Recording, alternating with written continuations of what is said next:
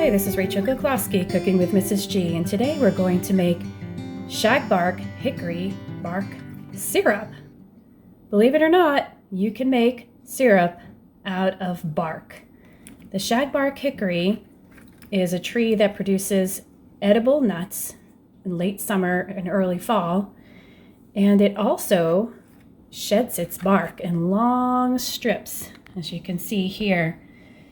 As it grows, the tree sheds its bark, so you can take it off without hurting the tree at all. The trick is to just break it off where it's hanging from the tree. Don't actually strip it off or yank it off or pull it off. Just break it off right where it's hanging from the tree.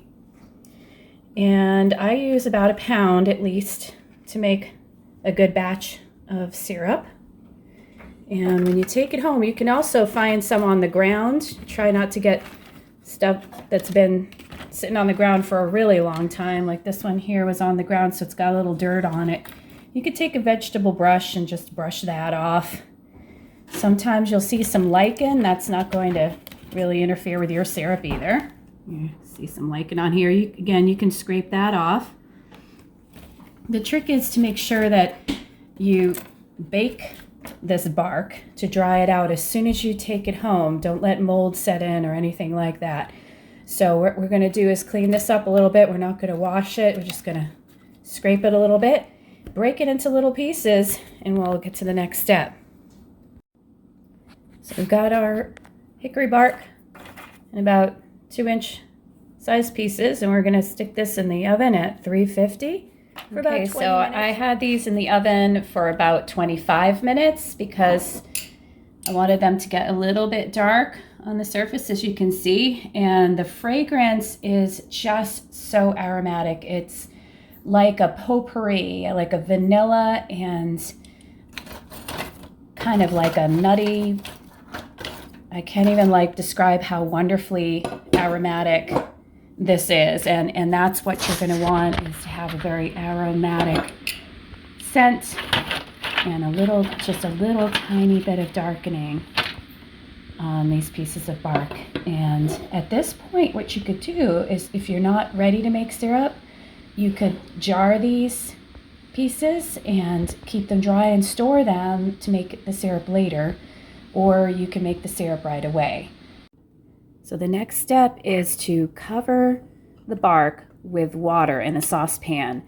And I had almost a pound, so it took about 6 cups of filtered water to cover the bark in here. And I'm going to simmer this a low, gentle simmer for 35 to 45 minutes. What a wonderful aroma the whole time that we were cooking this tea, and that's what we've got now is tea. There's a wonderful aroma of cloves and vanilla is the best way I can describe it. Sort of a potpourri in the kitchen the whole 30 to 40 minutes. This was on the stove on a low simmer. So I had started out with a little more than 6 cups of water. Now I have a little less than 3.5 cups of the tea. And we're going to use 1 cup of sugar for the syrup for every cup of tea. Here's a little bit of sludge that was left behind after straining it from the bark.